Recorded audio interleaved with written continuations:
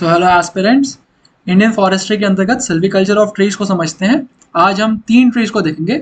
Pterocarpus marsupium, that is the first tree, second is Prosopis juliflora and third one is your Santalum album.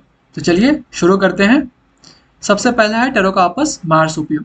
देखिए इसका common name है kino tree, family is your Leguminosae, ये आपको पता रहना चाहिए।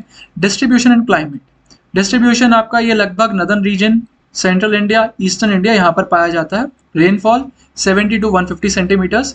Soil is your red soil as well as laterite and temperature is 20 to 30 degree Celsius.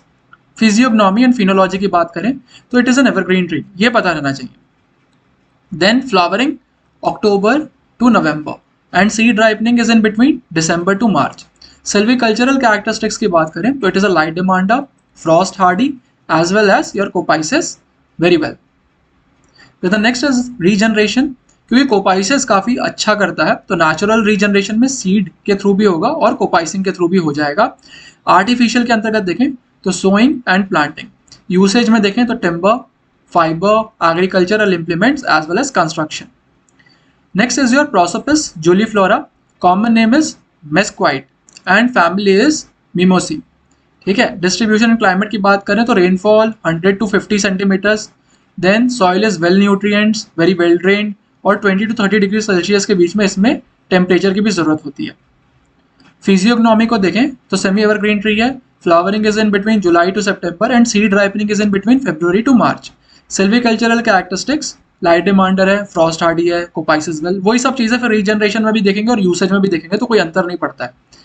सैंटिलम album बहुत important है, इसे ध्यान में रखिएगा क्योंकि यहाँ से यूपीएससी ने पहले भी क्वेश्चंस पूछे हैं। कॉमन नेम इज सैंडलवुड और फैमिली क्या है, सैंडलेसी। डिस्ट्रीब्यूशन एंड क्लाइमेट देखें तो 50 to 100 सेंटीमीटर का रेनफॉल है, 20 to 30 डिग्री सेल्सियस का टेम्परेचर है और वेरी वेल ड्रेन्ड सॉइल, मतलब वही सारी चीज़ें डिस्ट्रीब्यूशन क्लाइमेट में। लेकिन डिस्ट्रीब्यूशन याद रखिएगा सदर्न इंडिया में ज़्यादा दिखता है, यूपी में भी अब इसे उगाया जा रहा है सैंटिलम एल्बम को, लेकिन सदर्न इंडिया में स्पेशली मैसूर रीजन में काफ़ी नज़र आता है सैंटिलम एल्बम। फिजियोग्नोमी क्या है, evergreen tree, flowering May to June और seed ripening October to December के बीच में होती है। सिल्वीकल्चरल कैरेक्टरिस्टिक्स, ये शेड बियरर है, ये लाइट डिमांडर नहीं है, this is a shade bearer tree, shade पसंद है। Sensitive to drought and root parasite है, ये वर्ड बहुत इंपॉर्टेंट है, रूट पैरासाइट स्पेशली फॉर चंदन के जो पेड़ होते हैं, सैंडल जो ट्रीज है उसके लिए यहाँ पर आपको लिखना पड़ेगा ही पड़ेगा कि it is a root sucking and root parasite. तो अगर आपने रूट पैरासाइट आप भूल गए रूट पैरासाइट लिखना तो हो सकता है कि एग्जामिनर आपके नंबर काट दे। तो रूट पैरासाइट याद रखिएगा सैंटिलम एल्बम के लिए बहुत जरूरी होता है, इसे हम और डिटेल में देखेंगे नेक्स्ट लेक्चर में, लेकिन अभी बस इतना समझ लीजिए कि it is a root parasite. And regeneration, seed coppicing, root suckering के थ्रू भी इसका सीड जनरेशन होता है नेचुरल में, आर्टिफिशियल सोइंग एंड प्लांटिंग।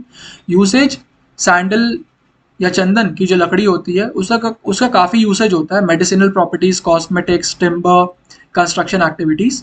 तो ये थे आपके आज के 3 ट्रीज। नेक्स्ट लेक्चर में हम बाकी के 3 ट्रीज देखेंगे। अब बहुत जल्द आपका सिल्वीकल्चर ऑफ इंडियन ट्रीज लगभग खत्म हो जाएगा। Thank you.